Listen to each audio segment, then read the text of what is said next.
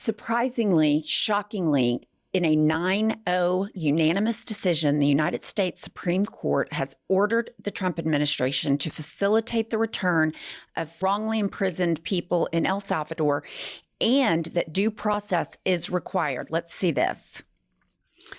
In the opinion, nevertheless, I agree with the court's order that the proper remedy is to provide Albreo Garcia with all the process to which he would have been entitled had he not been unlawfully removed to El Salvador. That means the government must comply with its obligation to provide Albreo Garcia with due process of law. So, are you shocked that it was 9-0 and the conservatives didn't all vote together against due process? I would say I'd always be shocked if Alito and Thomas showed any sense of humanity, like being human beings.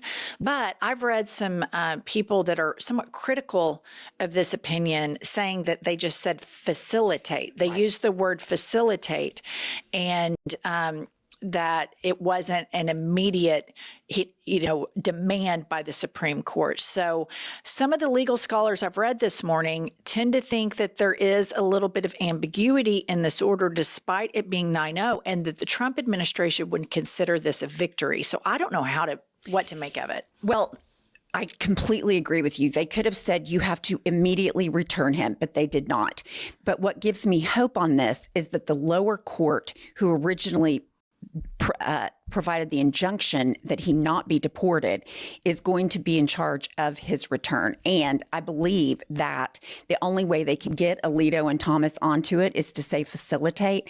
But I do like the due process of law. And then you think about how many people have been sent to these prison camps in El Salvador with no due process. The amount of money, the inefficiency, going in, going out, lawsuits. It's unbelievable to me. No, strike that. It's absolutely believable, the incompetence and the inhumane treatment of these people. And now the Supreme Court is telling the Trump administration, you have got to do better. Let me ask you this, because you're a lawyer, is because I'm so over my skis on knowing about this. So now that it goes back to the lower court, can the lower court then demand his immediate return? Yes, the lower court has that authority. And let's say they say, okay, you have 10 days and they don't do it, then he can impose upon the Justice Department different balances, checks, measures, deadlines to have these people returned. Okay. Something that, we just skim over, is that people are just getting rounded up off the streets and deported to an inhumane supermax prison in El Salvador. And the administration talks about possibly doing this to American citizens.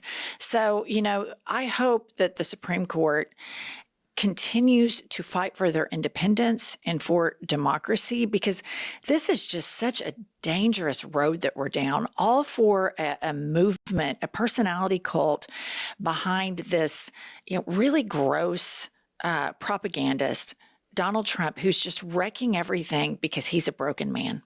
Absolutely. And what it says to me is that, like you have always beat the drum on MAGA, they like the cruelty. As long as these people are brown and black, they do not care. They like to see them deported.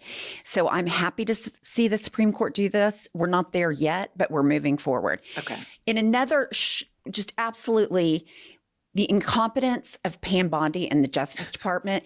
I bang on the drum that Pam Bondi should be impeached every single day. We should be talking about it because she is absolutely weaponizing the Justice Department and reckless. So remember the big Pam Bondi move. We've arrested an MS-13 gang member. We're deporting him. Show this. This came out yesterday. Updated. Feds moved to drop charges against alleged MS-13 leader, seek to deport him instead. So here they are admitting they did not have the evidence because Pam Bondi got on Fox News and said how dangerous and criminal and every bad thing you could say, anything you think bad about a gang member, he did. And now they're dropping charges. It's unbelievable, the incompetence of this administration. Here's where we have to really focus.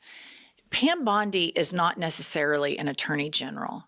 And I think sometimes you as an attorney, you are holding her to the standard that from all of your training, going to law school, that you believe an attorney general should have. And we have to reprogram the way we're processing this right now. Pam Bondi is a propagandist. That's why she's on TV all the time. She has said and sent the signal that it's okay. We're a corrupt administration. We're going to let cop beaters out. We're going to target property crimes against Tesla because she is a propagandist. So when it comes to her being a propagandist and not an attorney general, you see what she's actually doing here. That's why she's on Fox all the time. That's why they're not really doing anything through the courts, because what they're waging right now is a propaganda war to try to break as much as they can before the midterms. And she is one of his little foot soldiers. So we can't, I hate it that this is where we are, that we can't have an expectation of an attorney general to do the right thing. But I kind of lost hope with Merrick Garland possibly charging Trump and putting his ass in prison. But what we have now is a total propagandist. That's what she is. That's what Levitt is. That's what Pete Hegseth is. All of these people are propagandists that are supporting Trump above all of the institutions that we hold dear. And you're 100% right. And why every time you say that, it is an epiphany to me that I haven't learned my lesson, but you're exactly right. I'll tell you why, because we are hardwired to think certain things about America. And we're still playing a game that we still think the rule book applies. Trump and his cabinet have torn up the rule book and they're saying, fuck it all.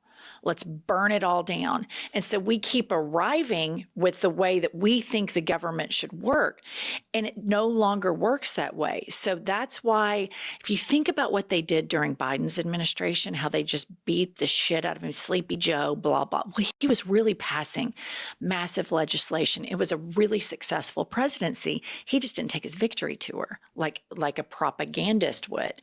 But we need to start at continue just sustained attack on these people. So I think it's good that you're attacking her. And I think we need to continue to attack her. But I think we have to take it over the finish line and say she is a propagandist and she is, engaging in illegal activities clearly. And I mean, she is a bugger with the cross and all that. I mean, I can sit here and browbeat her with you till the cows come home. I would never leave you high and dry on that. I just want us to start thinking, because it's been hard for me too, thinking about what these people are doing and the bill of goods they're selling us and what the end game is. The end game is no more elections.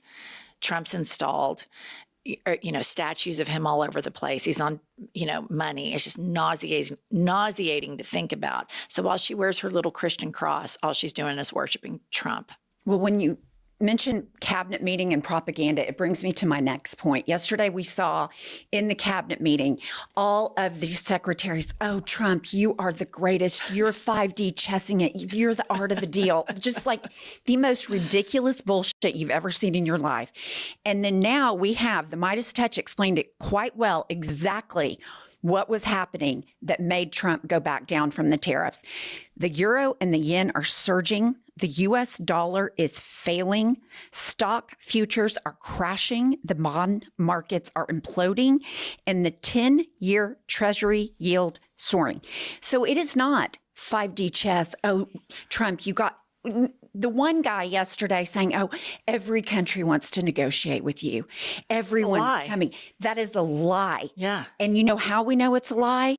Is because China, European Union, Taiwan, they're all coming together thinking about dropping tariffs against each other so they can trade with each other, which brings me to I just had to show this headline from The Independent because it's like, really, this is where we are? Fund managers quietly fear Trump doesn't have a tariff plan and that he might be insane. No shit. Where were you when he was giving microphones a blowjob during the election? Where were you? Remember, he had a dance party for 40 minutes. Right. At a rally. Yeah. And now, because the markets are tanking, you trusted him with the economy and now you're surprised. It's so infuriating. But what I wanted to show everybody is this is China's response to Trump's tariff. And remember that the U.S. exports are only 2% of China's GDP. So here's what China has to say to Trump. is fully prepared to fight to the very end because the world is big enough that the United States is not the totality of the market in the world. So if the United States wants to go in that direction of completely shutting itself out of the China market, be my guest. Yeah, and China will lose the US market, which, as I've said, is 15%. We don't care. We don't care. China has been here for 5,000 years. Most of the time, So China's not going to blink. And she is a strong man, while Donald Trump is cosplaying a strong man. And you hear all about all of the, now they've increased U.S. import tariffs to 125%. You hear that the CEO of Amazon is canceling orders from China. This is a huge market that is going to be sold and taxed on the American consumer, and China's not going to blink. So Trump blinked first, and this is where we are.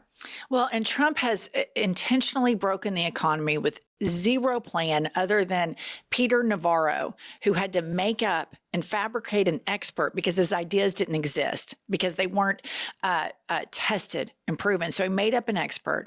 Trump hires people that tell him what he wants to hear, and then they start free dicking it and free basing it with the American economy. And what they're doing right now, these hedge fund guys are looking day to day, but they're starting to see the identifiers that you played from the Midas Touch, the bonds and all of those things. He's inherently breaking the economy because he wants to concentrate power. And this is an authoritarian play. They want all of Americans to feel helpless and hopeless. And one of the pillars that we take a lot of pride in as Americans is our economy and our US dollar. And all of these fiscal conservatives, country club Republicans, hedge fund guys were short-sighted with this man. And all they saw was a little bit money in their own personal pockets, and they're willing to tear the whole thing down. And it's just so fucking sad and unnecessary, diabolical, and evil. Support our show by supporting our sponsors. You guys, DeleteMe makes it easy, quick, and safe to remove your personal data online at a time when surveillance and data breaches are common enough to make everyone vulnerable. I can tell you all that one day I received this random phone call from somebody that I don't know, and they had found my private number on the internet. I was terrified. I felt so exposed. So I went on to DeleteMe and signed up for it, and they're able to go in and remove your personal information from the internet. And I cannot tell you how much safer I feel knowing that this information regarding my private life have been removed from the internet. I have an active online presence, obviously, with the podcast. And so when I'm not doing this, what little privacy I have, I really value. And that's why I'm so happy to have this subscription with DeleteMe. Take control of your data and keep your private life private by signing up for DeleteMe, now at a special discount for our listeners. Today, you can get 20% off your DeleteMe plan by texting IHIP to 64000. The only way to get 20% off is to text IHIP, IHIP to 64,000. That's IHIP to 64000. Message and data rates may apply. So I want to leave everybody with what they're saying on Fox News, because I think it's important, because these people are not hearing it, because we're talking about Biden's mental acuity over on Fox and trans athletes when the economy's crashing. But we did have this comment from Larry Kudlow. Kudlow, I'm Larry Kudlow. So markets crash over 700 points today after a bad inflation report, more tariff confusion. Oh, and by the way, Republicans really going to raise taxes? That could have done it. Our own Sandra Smith, Taylor Riggs, and Jerry Wolfsby right here on set to break it all. So they're hearing the truth. Whether they believe the truth or not, we don't know. But people are going to feel it in their pocketbooks. They're going to feel it in their 401k, despite Fox saying, oh, just don't look at your 401k. People are going to look at their 401k. So I hope that all these people, like you said, that were short-sighted, that came to the oligarchy ass kiss of Donald Trump, I hope that they will get some clarity. But we'll have to see how bad the markets get for them to do that. I think in order for them to see something wrong in Trump, they will have to see something wrong in themselves. And only the strong people will be able to do that. Most of these people in his personality cult are incredibly broken, incredibly immoral, have a default setting of cruelty, racism, and greed. And so, hopefully we can keep fighting. But I do want to point out that's Fox Business, not Fox News. And so Fox News is it's like trans pull and trans hacky sack over there the whole time. I mean, that's all they're talking about over on Fox, Jesse Waters and Greg Dickfield. Propaganda. Yeah. Well, stick with us for more news. We're trying to get to 1 million subscribers. We'll see you soon.